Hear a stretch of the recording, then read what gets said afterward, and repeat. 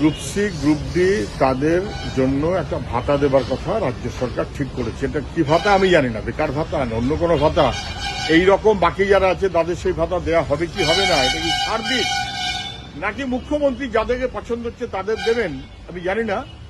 এটা খয়রাতি না ভাতা, আসলে তো মানুষের জন্য যে কাজ করা উচিত সেটা করতে পারছে না বা করছে না, ধরা পড়ে যাচ্ছে, ফলে ফেস সেভিং এর ব্যবস্থা, কিন্তু সেটাতে ফাঁসানো হবে মাস্টারমশাইদের।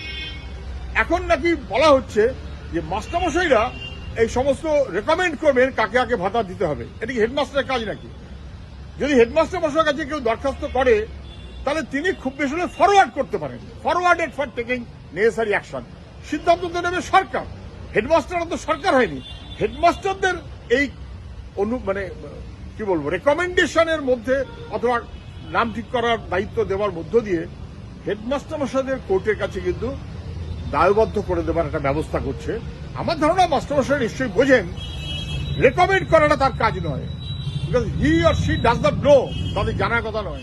তারা একটা কোনো চিঠি ফরওয়ার্ড করে দিতে পারেন, এসছে তোমাদের কাছে পাঠালাম, সিদ্ধান্ত জানাবার সরকারকে নিতে হবে, সেটা শ্রম দপ্তর নেবে না শিক্ষা দপ্তর নেবে, মুখ্যমন্ত্রী ঠিক করবেন। এই কাজে যদি হেডমাস্টার যুক্ত হয়ে যান তাহলে তাকে কিন্তু বিপদের মধ্যে পড়ার সম্ভাবনা প্রবল।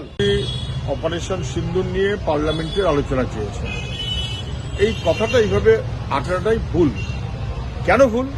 পহেলগাঁওয়ের ঘটনার পর এবং তারপরে সবাই যখন সর্বদলীয় বৈঠক করে বলল আমরা সরকারের পাশে আছি এবং কি কাণ্ডটা হয়েছে, কি ঘটনাটা ঘটেছে, কেন ঘটনাটা ঘটেছে, ইন্টেলিজেন্স ফেইলিয়ার কোথায়, ল্যাপস কোথায়, পার্লামেন্টে আলোচনা হওয়া উচিত, কারণ মানুষের জানার অধিকার আছে। কিন্তু আমরা বলেছি অনেক আগে, মমতা ব্যানার্জি তখন তো বলেনি, আমরা বলেছি, অন্য দল বলেছে, কংগ্রেস বলেছে, মমতা ব্যানার্জি চুপ করে বসেছিলেন।